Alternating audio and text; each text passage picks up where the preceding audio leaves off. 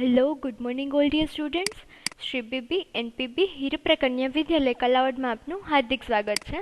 તો આજનો લેક્ચર છે આપણો ગણિતમાં ચેપ્ટર 8 સમાંતર બાજુ ચતુષ્કોણ અને ત્રિકોણના ક્ષેત્રફળ. તો ગયા લેક્ચરમાં આપણે બે પ્રવૃત્તિ જોઈ હતી. એ પ્રવૃત્તિ પરથી આપણે પ્રમેય 9.1 છે એનું વિધાન સમજવાનું છે. તો પ્રમેય 9.1 જોઈએ. તો પ્રમેય 9.1 છે, એક જ પાયા પર આવેલા અને બે સમાંતર રેખાઓની એક જોડની રેખાઓ વચ્ચે આવેલા સમાંતર બાજુ ચતુષ્કોણના ક્ષેત્રફળ સમાન હોય છે.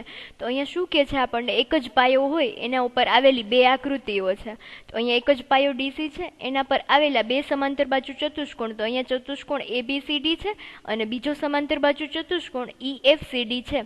તો આ એક જ પાયા પર આવેલા બે સમાંતર રેખાઓની એક જોડની રેખાઓ વચ્ચે આવેલા સમાંતર બાજુ ચતુષ્કોણના ક્ષેત્રફળ આપણને સમાન મળે છે. એ આપણે આ પ્રમેયમાં સાબિત પણ કરીશું. તો સાબિતી જોઈએ. એક જ પાયો ડીસી અને સમાંતર રેખાઓ આ એએફ અને ડીસીની વચ્ચે બે સમાંતર બાજુ ચતુષ્કોણ એબીસીડી અને ઈએફસીડી આવેલા છે. તો આપણે બંને ચતુષ્કોણના ક્ષેત્રફળ છે એને સમાન સાબિત કરવા છે. તો શું સાબિત કરવાનું થાય? ચતુષ્કોણ એબીસીડીનું ક્ષેત્રફળ બરાબર ચતુષ્કોણ ઈએફસીડીનું ક્ષેત્રફળ. તો એ બંને સાબિત કરવા માટે આપણે ત્રિકોણ એડીઈ અને ત્રિકોણ બીસીએફ લઈએ. અહીંયા આ ત્રિકોણ એડીઈ મળે છે અને ત્રિકોણ બીસીએફ મળે છે. તો એનામાં ખૂણો ડીએઈ અને ખૂણો સીબીએફ, આ ખૂણો ડીએઈ છે અને આ સીબીએફ છે. આ બંને ખૂણા સમાન મળે. કેમ સમાન મળશે? કારણ કે એડી સમાંતર બીસી છે અને છેદિકા એએફથી બનતા અનુકોણ થાય છે. જોઈએ, આ એડી સમાંતર બીસી છે અને છેદિકા એએફ થાય છે. આ છેદિકા બંનેની એએફ થાય તો અહીંયા અનુકોણ થાય છે આપણને.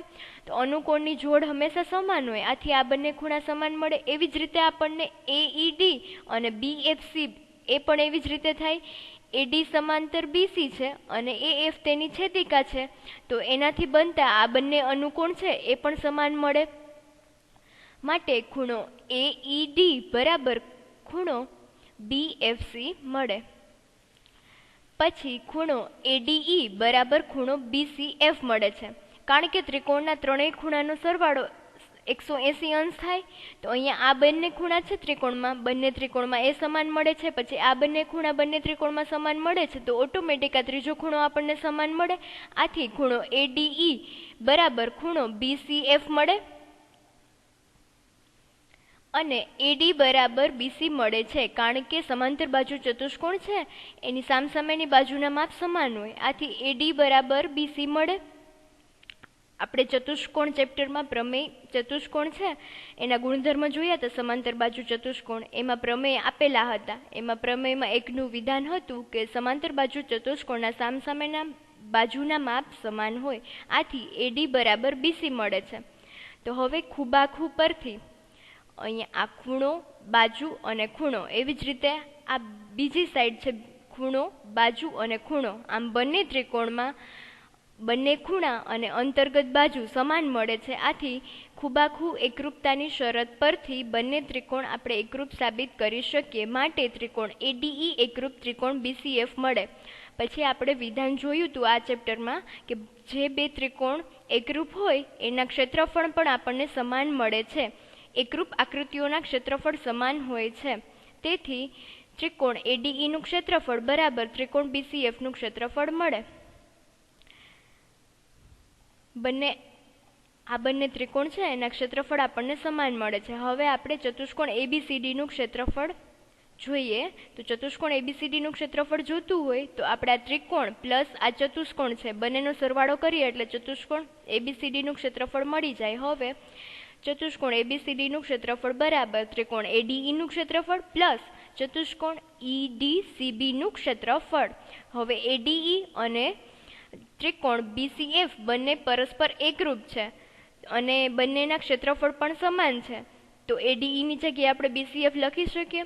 આથી ત્રિકોણ બીસીએફનું ક્ષેત્રફળ પ્લસ ચતુષ્કોણ ઈડીસીબીનું ક્ષેત્રફળ. હવે એ બેનો સરવાળો કરીએ, બંનેનો આ ચતુષ્કોણ છે અને આ ત્રિકોણ છે એ બંનેનો સરવાળો કરીએ તો આપણને સમાંતર બાજુ ચતુષ્કોણ ઈએફસીડી મળે છે. તો એની જગ્યાએ હવે આપણે ઈએફસીડી લખી શકીએ બરાબર ચતુષ્કોણ EFCD માટે ચતુષ્કોણ ABCD નું ક્ષેત્રફળ બરાબર ચતુષ્કોણ EFCD નું ક્ષેત્રફળ, જે આપણા પ્રમેય છે એનું વિધાન છે. તો આપણે સાબિત થઈ ગયું કે એક જ પાયા પર અને બે સમાંતર રેખાઓની એક જોડની રેખા વચ્ચે આવેલા બંને સમાંતર બાજુ ચતુષ્કોણના ક્ષેત્રફળ સમાન મળે છે. આમ સમાંતર બાજુ ચતુષ્કોણ ABCD અને EFCD સમક્ષેત્ર છે. હવે આ પ્રમેયનો ઉપયોગ સમજાય તેવું ઉદાહરણ આપણે જોવાનું છે, જે તમારા સિલેબસમાં નથી પણ આગળ તમને ઉપયોગી થઈ શકે છે. માટે આપણે ઉદાહરણ 1 જોઈ લઈએ.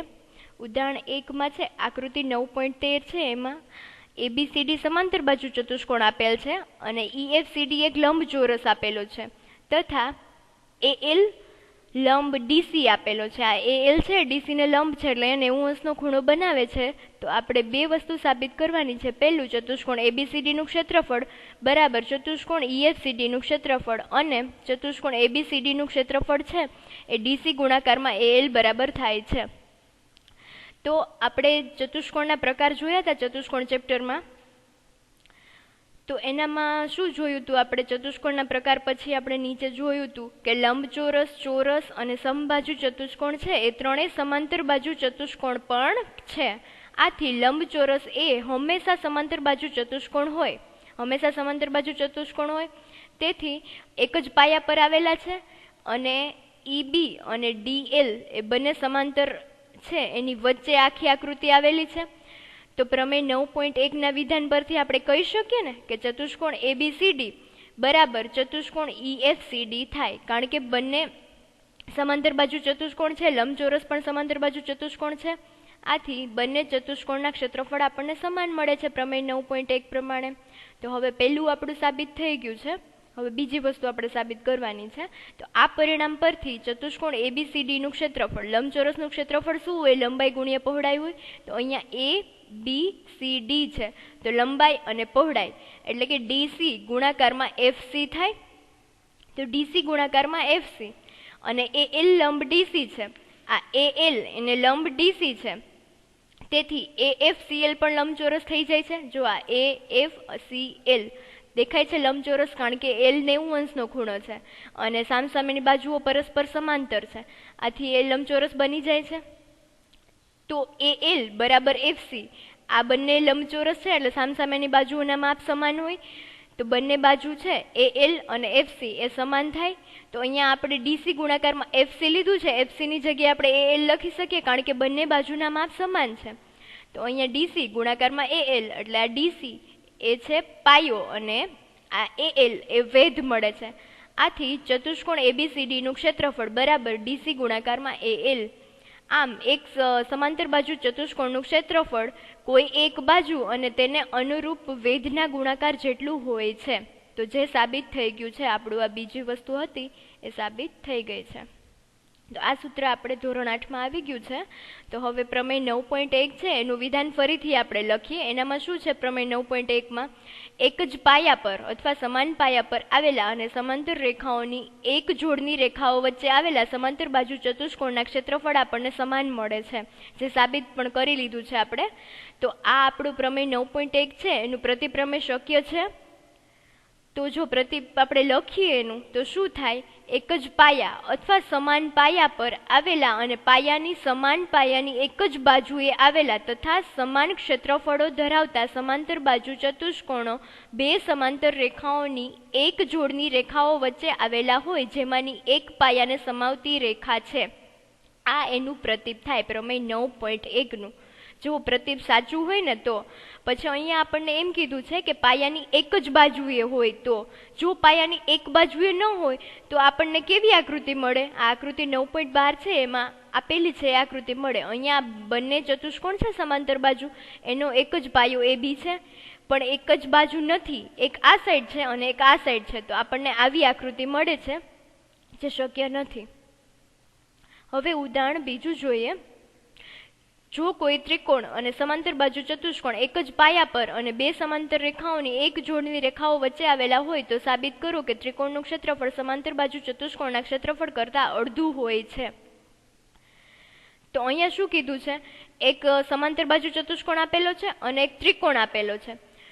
તો અત્યાર સુધી આપણે શું જોતા હતા, એક જ પાયો હોય અને બંને સમાંતર રેખાઓની વચ્ચે આકૃતિ આવેલી હોય, બંને સમાંતર બાજુ ચતુષ્કોણ હોય, તો બંને સમાંતર બાજુ ચતુષ્કોણ હોય એના ક્ષેત્રફળ આપણને સમાન મળે. પણ અહીંયા એક સમાંતર બાજુ ચતુષ્કોણ છે અને એક ત્રિકોણ છે, એક જ પાયા અને બંને સમાંતર રેખા છે એની વચ્ચે જ આવેલા છે. તો અહીંયા આપણે એમ સાબિત કરવાનું છે કે ત્રિકોણ છે એનું ક્ષેત્રફળ સમાંતર બાજુ ક્ષેત્રફળ છે એના કરતાં ડબલ ગણું થાય એમ કહી શકીએ આપણે. તો આપણે શું સાબિત કરવાનું થાય કે ત્રિકોણ છે એનું ક્ષેત્રફળ સમાંતર બાજુ ચતુષ્કોણ કરતાં ડબલ થાય, એટલે સમાંતર બાજુ ચતુષ્કોણનું ક્ષેત્રફળ વિધાન પ્રમાણે લખીએ. ત્રિકોણ PAB નું ક્ષેત્રફળ બરાબર 1/2 ચતુષ્કોણ ABCD નું ક્ષેત્રફળ, જે આપણે સાબિત કરવાનું છે ઉદાહરણ 2 માં વિધાન આપેલું છે એ પરથી. એટલે ત્રિકોણનું ક્ષેત્રફળ છે એ સમાંતર બાજુ ચતુષ્કોણના ક્ષેત્રફળ કરતાં અડધું થઈ જાય છે. તો આપણે આ સાબિત કરવા માટે એક બીજો સમાંતર બાજુ ચતુષ્કોણ ABPQ બનાવવાનો છે.